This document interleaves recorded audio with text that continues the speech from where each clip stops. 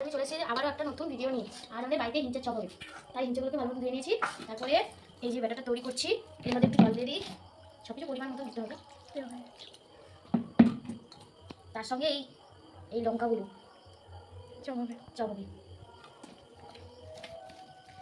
কড়াইটা বসিয়ে দিলাম, তারপর তেল, বেসনের মধ্যে চুবিয়ে দিলাম।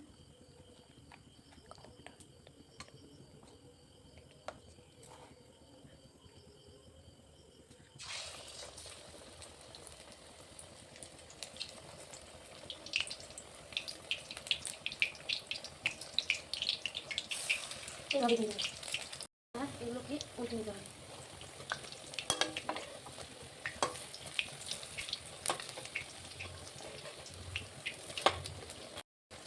এবার আমি এগুলোকে তুলে নেবো।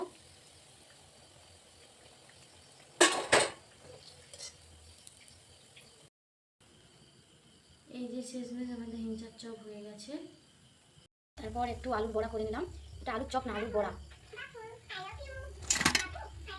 তারপর আমি লঙ্কার চপ করবো।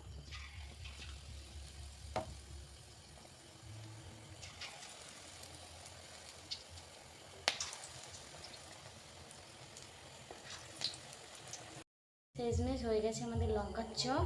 শেষে অল্প করে পাঁপড় ভেজে দিলাম, মুড়িতে খাবো তো তাই অল্প করে পাঁপড় ভেজে দিলাম। খেয়ে দেখি কেমন হচ্ছে। বেশি খাচ্ছি না এখন, তেল আছে তো তাই বেশি খাচ্ছি না। ঠিক আছে, ভালো লাগছে। চলো টাটা।